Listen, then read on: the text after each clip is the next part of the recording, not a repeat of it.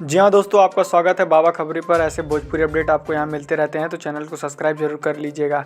जी हाँ, बात करते हैं खेसारी लाल यादव डस्ट मूवी। जी हाँ, इस मूवी के अनाउंसमेंट के बारे में चीज़ें बता दी गई हैं, लेकिन मैं आपको बता दूं खेसारी लाल यादव एक नई हीरोइन के साथ इस मूवी में दिखने वाले हैं, जिनका नाम श्वेता सेन है, जो कि गुजरात की रहने वाली हैं और गुजरात इंडस्ट्री में काम भी करती हैं और वहीं उधर ही की वीडियो बनाती हैं।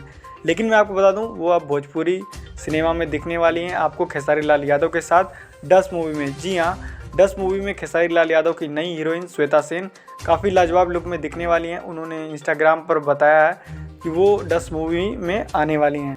आपको पता है खेसारी लाल यादव हमेशा नए नई चीज़ों को लेके आते रहते हैं, तो ये नया कंटेंट है डस्ट मूवी, जो कि काफ़ी लाजवाब और धमाकेदार है। और इस मूवी का अनाउंसमेंट जब से हुआ है तब से पूरे भोजपुरी इंडस्ट्री में खलबली मची हुई है कि भाई ये खेसारी लाल यादव क्या कर रहे हैं।